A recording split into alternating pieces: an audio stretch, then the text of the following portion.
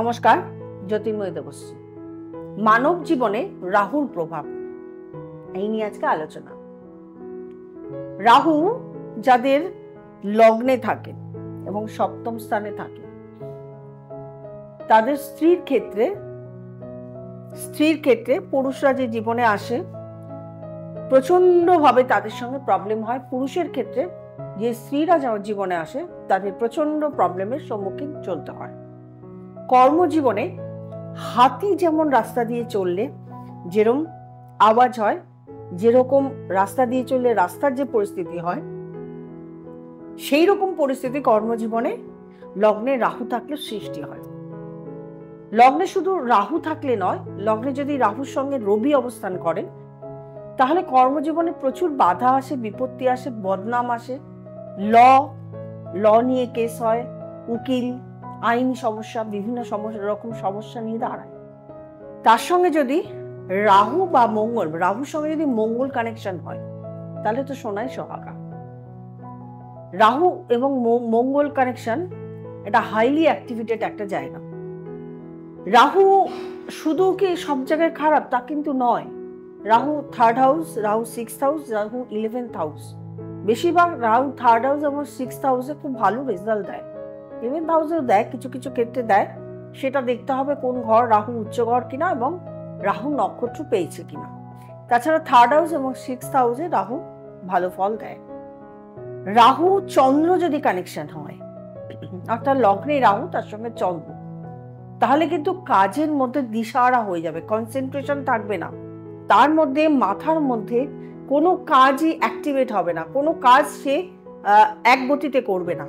একটি কাজ কিছুদিন করবে, ছেড়ে দিয়ে আরেকটি কাজ করবে, সেটা ছেড়ে দিয়ে আরেকটি কাজ করবে, মানে এক গতিতে এক ইয়েতে কনসেন্ট্রেশন থাকবে না, ধৈর্য থাকবে না যে একটা কাজকে নিয়ে সে দীর্ঘদিন চলবে। এই রাস্তায় গেল, পারলো না, সেটা আরেকটা রাস্তায় চলবে।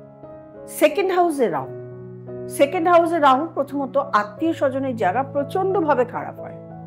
সেকেন্ড হাউসে রাহু থাকলে আরেকটা যেটা হয়, ভীষণ চুরি হয়, তার জিনিসপত্র ভীষণ ভাবে চুরি হয়ে দাঁড়ায়। থার্ড হাউসে রাহু, এটা তো আমি প্রথমেই বললাম, খুবই ভালো। থার্ড হাউসে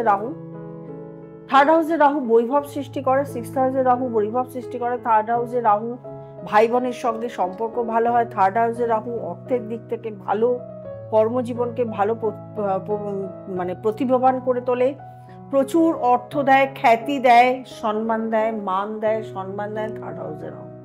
ফোর্থ হাউসে রাহু কি করে? ফোর্থ হাউসে রাহু যে বাড়ির বাস্তুতে থাকে সেই বাড়ির বাস্তুকে নষ্ট করে দেয়। তার মানে বাস্তুর একটা নেগেটিভ প্রভাব পড়ে। সে বাড়ির হয় ছাদ, না হলে বাথরুম, না হলে তার কিচেন, না হলে তার বাস্তুর মধ্যে একটা নেগেটিভ প্রভাব ফোর্থ হাউসে ফেলে, এবং তার সঙ্গে তার মায়ের শরীর স্বাস্থ্যর একটা এফেক্ট পড়ে যায়, এবং তার সঙ্গে তার নিজস্ব হার্টের প্রবলেম এসে যায়, চেস্টের প্রবলেম, শ্বাসকষ্ট জনিত, ঠান্ডা জনিত রোগ সমস্যা এগুলো এসে যায়, এবং তার বন্ধু বান্ধব ভালো হয় না। ফিফথ হাউসে রাহু মা বাবার সঙ্গে সম্পর্ক ভালো থাকে না, বহুত ডিস্টেন্স হয়ে যায়, বাবার হাতই থাকে না মাথার উপরে, এডুকেশনে একটা প্রবলেম সৃষ্টি করে দেয়। আর সিক্সথ হাউসে রাহু, সেটাতেও সিক্সথ হাউসে রাহু এনে দেয় বৈভব, বিশাল পরিমাণে বৈভব। সিক্সথ হাউসে রাহু বিশাল নাম করে দেয়, মানে যত আপনি রাজনীতিবিদ দেখতে পান যারা নাম করেছে, যত অর্থনীতিবিদ বা যত আপনি ফিল্মি দুনিয়ায় বলুন বা যত যে কোনো একটা যে লাইনে, মানে যদি অভিনয় জগৎ বলেন, অভিনয় জগৎ বা মাল্টিমিডিয়া বলুন বা মিডিয়া বলুন বা যে কোনো একটা জায়গায় সিক্সথ হাউসে রাহু তাকে বিশালভাবে মান, সম্মান, খ্যাতি, অর্থ সমস্ত কিছু দিয়েছে। হ্যাঁ, তবে সিক্সথ হাউসে যদি আবার সেই সেম প্রসেস হয়, রাহু চন্দ্র হয়, রাহু মঙ্গল হয়, রাহু রবি হয়, তাহলে কিন্তু সেক্ষেত্রে সেম প্রসেস, বদনাম হতে পারে, আইনি সমস্যা হয়ে দাঁড়াতে পারে। সিক্সথ হাউসে রাহু চন্দ্র তার নাম করতে করতে হঠাৎ করে দুর্নাম হয়ে যেতে পারে, নাম করতে করতে তার অভিনয় জগৎ থেকে সরে দাঁড়াতে পারে, অন্য কিছু নিয়ে এসে শুরু করে দিল কাজ। তো বিভিন্ন ধরনের সিক্সথ হাউসে রাহু কিন্তু এই সমস্যাগুলো এনে দিতে পারে।